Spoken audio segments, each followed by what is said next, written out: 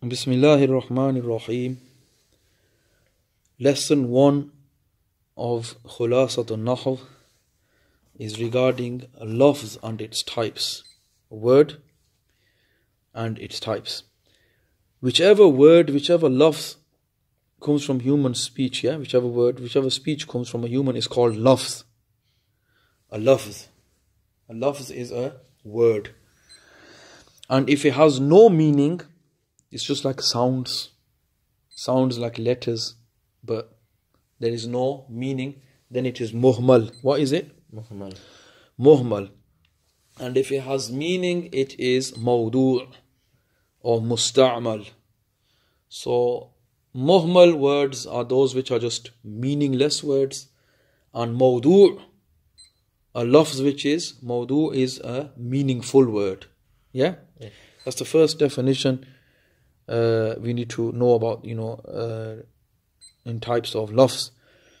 Also, we need to understand types of mawdu' now we're going to concentrate on, because obviously our whole subject is going to be related to meaningful words. There's no point doing anything with meaningless words. They don't mean anything. So what are the meaningful words? They are mawdu'. What are they? Mawdu'. Now there's types of mawdu'.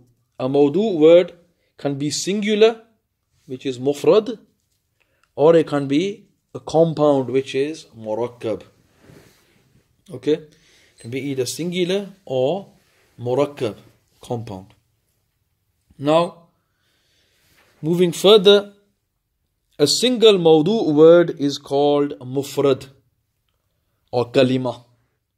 For example, the word jamalun, which means camel.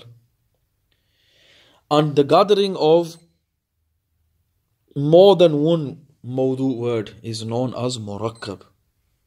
Okay, becomes a murakkab when two or more words are joined together. More than one word when it's joined. More than one word is joined, then it's known as a murakkab. For example, Laylatul Qadr, the night of power. That would be a murakkab. It's a compound. Why? There's two words in it. Inna Allah ala kulli shay'in qadir. That is also murakkab.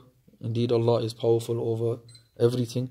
So you see, these are known as murakkab.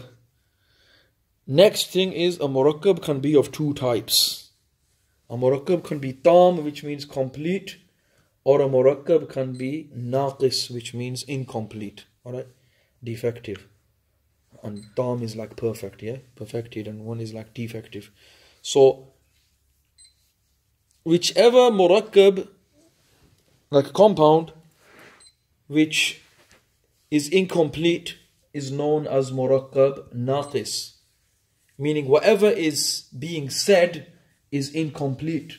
Whatever is being said is incomplete.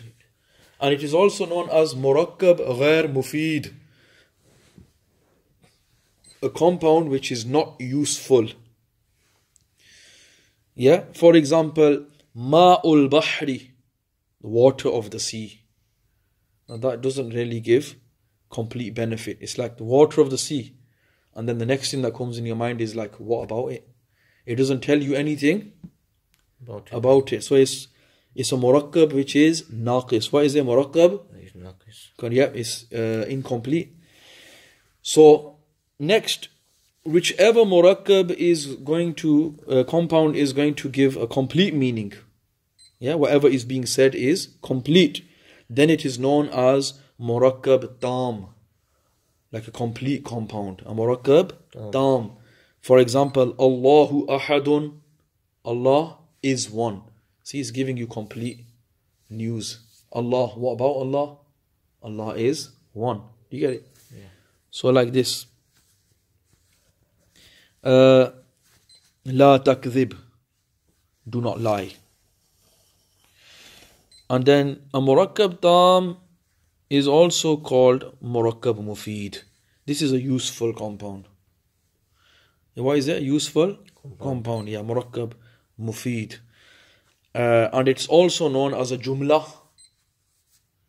This complete compound is also known as a jumla. What's a jumla? A sentence. And it's also known as kalam. What's kalam? Speech.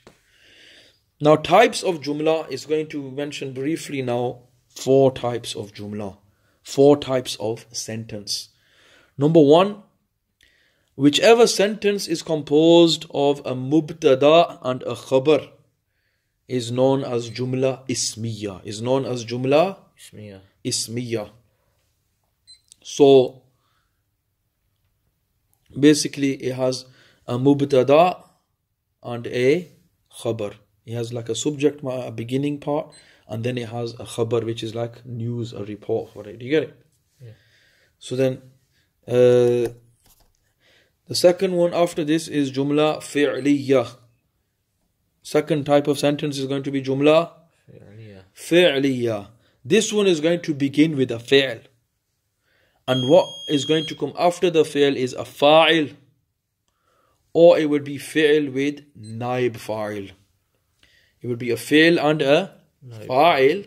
Or it will be fi'l with naib fa'il. You'll learn these terms later on. For now, you should just try to remember them, yeah? For example, when it says nasara rajulun, like the man helped, yeah? Nasara rajulun. What comes first? The verb comes first. So this is going to be jumla fi'liya, because the fi'l is coming first. And then, for example, if you said Zaydun qa'imun, you said Zaydun qa'imun. You said Zayd first, and then you said qa'imun. You mentioned an ism first, mubtada and khabar. The Zayd is standing. Do you understand? So you learn examples later on, but basically you just need to understand this basic difference, yeah? In jumla ismiya, basically is an ism coming first, which is going to be the mubtada, and then it's going to have a second part, which is a khabar. And in jumla fi'liya, what is it going to begin with? A fi'l, a verb. And what is it going to have in the second part? A fa'il, the one who is doing the verb. Or it could be a naib fa'il. Yeah? You'll learn examples, inshallah, when the further lessons come. Next, whichever jumla a person can say, whether it is true or false, that jumla is known as jumla khabariya. Jumla khabariya. Yeah, jumla khabariya. For example, when we say Allahu Samad, Allahu Samad, yeah, Allah is independent, yeah. Now, obviously, that's truthful. So that is going to be a jumla which is a khabariya, a jumla, a sentence which is giving some news. And even if it was a sentence which gives some false news, right, then that would be also jumla khabariya, the third type, yeah. The fourth type is jumla insha'iyya. So jumla khabariya, the third type, was the one where you can say whether this is true or false. This jumla is giving you a khabar, is giving you some news. And you can say whether this sentence is true or whether this sentence is false. But in the fourth type, jumla insha'iyya. Jumla insha'iyya. This means in this sentence, you cannot say whether it is true or whether it is false. Yeah? For example, ittaqillah. A person says, fear Allah. You can't say whether this is true or false. It's just like an order, isn't it? Yeah. You can't say whether this thing is true or false. False. Right? Or for example, someone says, anta Zaydun? Are you Zayd? You cannot say whether this question is true or false. True or false. So it's going to be jumla insha'iyya. These are going to be what? Jumla insha'iyya. Insha'iyya. So jumla khabariya was, you can say whether this sentence is true or false. It's called jumla khabariya. And what's the fourth type of sentence? Jumla insha'iyya.